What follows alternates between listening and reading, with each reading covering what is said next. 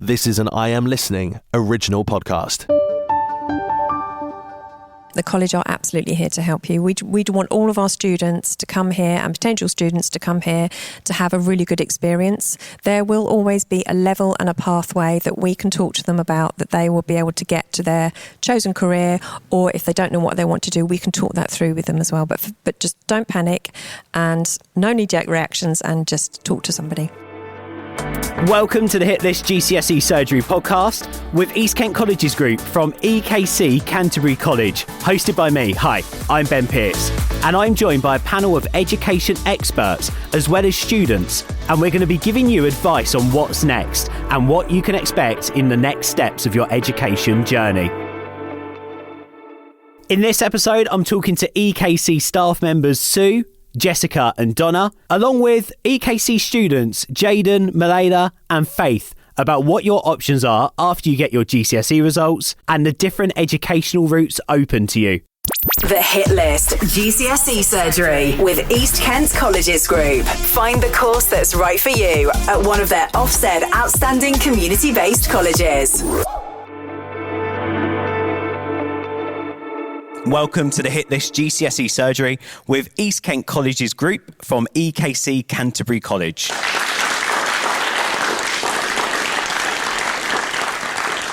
GCSE results are out today. All of your hard work has led to this moment. We want to start by saying, whatever the outcome, it's going to be fine. If you got the results you're expecting, a huge congratulations to you. If your results weren't quite what they hoped for, or maybe even better than expected, tonight's show is all about exploring the next steps and options that you have available to you. I'm joined by a panel of education experts and students, and we'll be providing advice on the next steps, discussing your options and what you can expect on the next stage of your educational journey. We have a completely student audience tonight who, I guess, will have questions as we go along.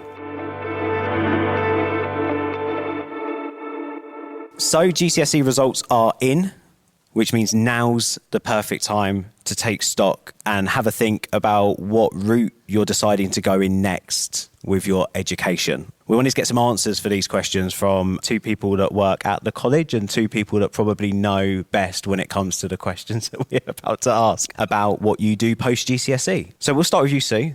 Thank you for jumping on. What options do students out there have now after they've completed and got their GCSE results in the bag? After completing GCSEs, their options are they can carry on if their school, the current school offers a sixth form, they can carry on at sixth form at the current school. They can change and do sixth form at another school, or they can do sixth form at East Kent Colleges Group. We have a sixth form here at Canterbury College. Another option for them is at college they can do BTEC qualifications. They can also do T-levels, fairly newer than A-levels, but they're slightly different to A-levels. Still a level 3, very employer-led. And the other thing they can do is apprenticeships as well. Amazing. And talking about some of the options that Sue's mentioned there, Jessica, what is the difference between all of those different options? So mainly let's speak about A-levels, T-levels and apprenticeships. What are the main difference between those options? Okay, fantastic. So a lot of students will know about A-levels as this is normally carried on at school in your sixth form, but there are lots of sixth forms out there. So I would suggest to look at all the sixth forms out there at all the different schools, and as well at EKC Group as well, our Canterbury sixth form. And now you'll study your A-levels, which will be a mix of subjects, normally about 3 subjects, similar to GCSE style. So it's academic, there's a lot of writing, exams usually to get your qualification. And then you have T-levels, which as you say, Sue, are the newer qualification, and you study one T-level for the 2 years. A T-level, you have a 45-day placement with an employer, which is fantastic for the students to get their hands-on experience. You are in college about 5 days a week, in college 3 days a week, and the other 2 days will be spent with your employer for a T level. And then apprenticeships is you're in an employer, you're earning while you're learning. So you're with an employer, you're in an industry, and that's how you're learning. Is that the catchphrase as well? You're earning as you're learning. Earning as you're learning. Earning as you're learning. If it's not, trademark it. So if I'm in that position right now and I'm sat at home, I've got these results in front of me, how do I decide what to study? What support is out there to help me make that decision? Okay, so East Kent colleges all of our 6 campus have a careers advisor. They have careers departments. On GCSE results day, there will be somebody there for you to speak to. Give them a call. You might have to make appointments with some of them, but go onto the website, have a look at the telephone number. If you've been given a conditional offer, they'll have all the details of who to get in touch with. Get in touch with the college. Speak to your relatives. A lot of people, their parents, aunties, uncles have all come to one of our colleges somewhere around East Kent. Speak to friends, speak to family, your current school as well. If they're coming out of GCSEs, they will still have some careers advice on offer for them there. Jessica, before you go, I'm going to throw something at you off the cuff, only because we've mentioned sixth form quite a lot. And we are going to do a little bit later on sixth form. But back when I was studying, sixth form was mainly in schools and not colleges. What's the difference between doing sixth form at a college compared to at a school? Is there much difference? I'd say one of the main differences is you don't have all the other years with you. So the sixth form at Canterbury College is just the sixth form, and the area is for the sixth form students. So if you find younger students annoying, which I'm sure some students would, you wouldn't have to deal with them. It'd just be the whole sixth form is focused on you and your year. Also, I think at some schools, there's sometimes issues with you can't study that subject because that's the same time as that subject. You don't have that issue as much at our sixth form. And they also have to study an EPQ, which is an extended project qualification, which is half an A level and has UCAS points attached to it. So it really helps if you are planning on then going on to university. Thank you for that, guys.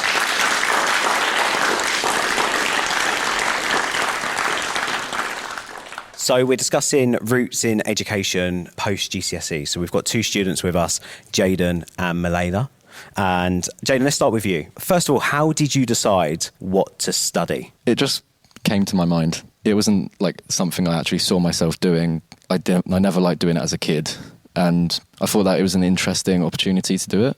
And it was just a new thing to do. So I thought I'd go for it and give it a shot. And what was it that you... Performing arts. Performing arts. Yeah. And did you get any support to choose that course for you to do? How did the process sort of come about? I just went for it, done how I did. Here you are studying it now? Yeah, I'm studying it now, yeah. And Milena, why did you choose to study at college? So basically, I'm just one of those people that when I decide on something, like my mind's set on it, I will not change. And ever since I was little, I've just always loved doing acting. I was like, I'm going to go to college and I'm going to do acting, and then I'm going to go like onto university or drama school. And I just kind of chose it when I was little. Choosing Canterbury though, it's because it's one of the best courses there is, like especially working alongside the Marlow Theatre. You get so many opportunities, so. Are you local to Canterbury as well, or? No, not really. You're not? Oh, okay. So you have to travel in every day as well. When I came here, I had to do the same. I had to travel into Canterbury. But when you see an option and you know it's the best one, did you research about that course here at Canterbury before deciding to do it? Yeah, I did a lot of research into it. And then obviously I did my audition. And I didn't look at any other college. I didn't audition anywhere else. I was just like, that's the course I want to do. And that's the course I'm going to get on. And you're doing it? The Hit List GCSE Surgery with East Kent Colleges Group, the leading provider of technical and vocational education to more than 14,000 students in Kent. So people also come to college for sixth form, like you, Faith. Why did you choose to come to college for sixth form? So after I finished my GCSEs, I had a secondary school back in London and they had a local sixth form. I didn't want to go down the normal route as I didn't really like the atmosphere there. Obviously, when you're surrounded by younger years, you don't really get that send-off into like the independent life. So moving into a sixth form with a college campus, I think it invites you early to the independence and working for yourself, as a sixth form is primarily focused on independent work. Tell me why sixth form at college makes you feel more comfortable in the atmosphere. What's more comforting about being here at college and doing sixth form? I think when you're put into like a scenario with all the college and sixth formers, when you're surrounded by people that are like-minded, you feel more comfortable to do things you aren't like normally able to do in secondary school, for example. Lauren and Phoebe are here from Performing Arts. Guys, tell us a little bit about your course. So what have you done so far? So on our course, we've done quite a lot of things. This course is quite different, I think, to any other performing arts courses, as we work with real professionals and we do loads of professionalism. Things we have done, we've worked with puppetry, we've done verbatim. We do a lot of like ensemble work, which promotes teamwork and creativity. And yeah, we do a lot.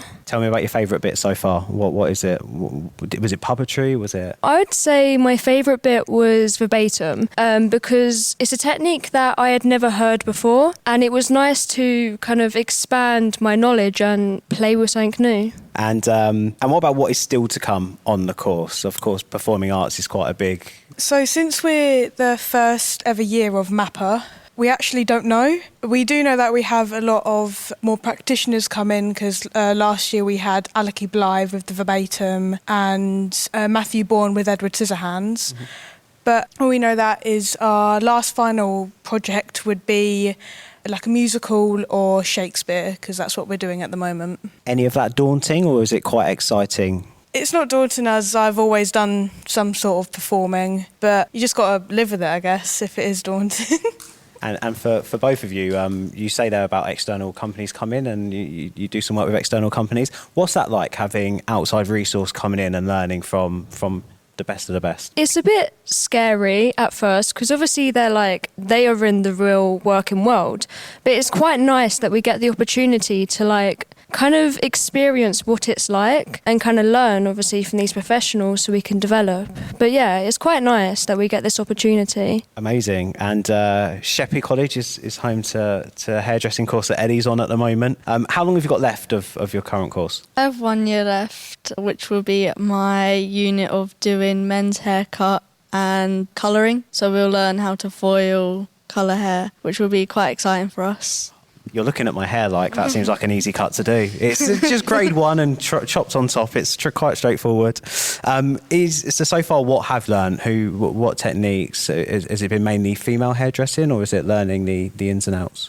We mainly do female hairdressing on our first year. We do some cuts with some settings, so that'd be our rollers. We also learn how to wash hair properly and like style it. We also have some few competitions that we do during the year. And what about that next step? I mentioned to the performing art guys about it being daunting, male haircuts. Is that daunting? Are you quite excited to do something different now for the next 12 months? I think it'll be quite exciting. I like to expand my options and what I can do. Thank you to our students. Brilliant. Thank you for that.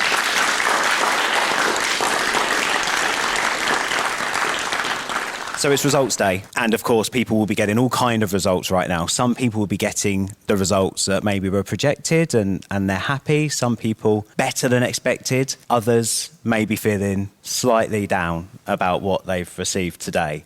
So Jessica, let's come to you first. How do you deal with processing the information that's on that results paper? How do you deal with the nerves and the panic that sets in? I think you need to give yourself some time. If it's really great results and you're really happy with what you've received, then fantastic, go celebrate, have a great time. But I understand there'll be some students out there that they've received their results and they feel quite disappointed. But you've done the best you can do. You revised for your exams and you've done a really good job. So pat yourself on the back. You've done the hard work now. And there's so many options out there. With college, there's so much support out there. So if you didn't quite get those, we look for the Maths and English GCSE at grade 4 and above. If you didn't quite get that, then that's okay. There is a lot of support out there. It might be that your time at college is a little bit longer. It might be that now you need to do 3 years rather than 2 years, but that's something that college can support you with, and it's something that a lot of students have to do at the moment, and they love it. They love it. College life is fantastic. So yeah, I think there's always options out there for you. Do not worry about what your results are. There's so many places you can go, and there's so much support out there for you. I've got to echo that, because when I came to college, I missed out on one GCSE result that I needed, and I had to then do like a foundation year to then get me onto the next level up, which I think then was level 3, I think it was. So I ended up doing college for 3 years. But in that extra year, I also took on some extra studying, doing some extra maths, some extra English to even better my results as well. So opportunities are still there. It's an extra year getting used to the environment, which was actually great for me. I suppose I was lucky that I could create that plan of action afterwards. So how does someone sit down once they've digested and celebrated or taken a deep breath? How do they plan what to do next post results? So I'd say to start with, chat to your parents and carers. They're going to have some advice. They've been through this. They've had their GCSEs or whatever it was called in their days, the oldies. So they've been through that. They've had that. Chat to them. They might have some advice for you. And then I'd say talk to a careers advisor. There should be some careers advisors at your school, and if not, you can call up one of our colleges, and there's careers advisors around that you can talk to, and they can give you that advice. Donna, what advice would you give to someone who is unsure what to do next? I would probably say explore all your options. I think we've mentioned a few of them here today. So A-levels, T-levels, apprenticeships. And also, I think you've got to be quite passionate about what you want to do. Yeah, something that motivates you. Go along that route. And what industry experience can you get at college? I'm an ILO at EKC Sheppey College, and we're trying to give industry placements that relates to the college, the course pathway that you've chosen. So early years, you'd be in a nursery or a school, like reception years. So we try and make it so you can get employability skills at your work placement as well, and gain those skills rather than the skills that you would learn at college. It's more hands-on and learning on the job rather than writing out an essay. You're hands-on, you're dealing with children. And Sue, how do you create a plan of action post getting your GCSE results? Okay, so if you've got the grades that you wanted, you've got your offers from colleges, you might have more than one. If you know what you want to do, the next step is to accept those offers. If you don't know what you want to do, or if you didn't hit those grades, you can still talk to the college. If you wanted to upskill them, you can always talk to the college about upgrading to the next level. It's all about what you get on that piece of paper in front of you. No knee-jerk reactions. No instant decisions. Talk to people. If you know your plan and you know where you're going, amazing. If you don't, just talk to somebody. There's always someone there to help. And the college, if you don't get the grades that you wanted, the college are always there to help you. And you mentioned there about not getting the results you were expecting. Someone out there is probably in that position right now. There's a good chance of it. What happens if I don't get the results I was expecting? First of all, don't panic. The college are absolutely here to help you. We'd want all of our students to come here, and potential students to come here to have a really good experience. There will always be a level and a pathway that we can talk to them about, that they will be able to get to their chosen career, or if they don't know what they want to do, we can talk that through with them as well. But just don't panic, and no knee-jerk reactions, and just talk to somebody. Thanks for listening to the Hit List GCSE Surgery podcast with East Kent Colleges Group from EKC Canterbury College. For more information, you can head to ekcgroup.ac.uk, and you can find the rest of the episodes of this podcast series at im-listening.co.uk or wherever you get your podcasts. This has been an I Am Listening original podcast. For more information, head over to our website, im-listening.co.uk.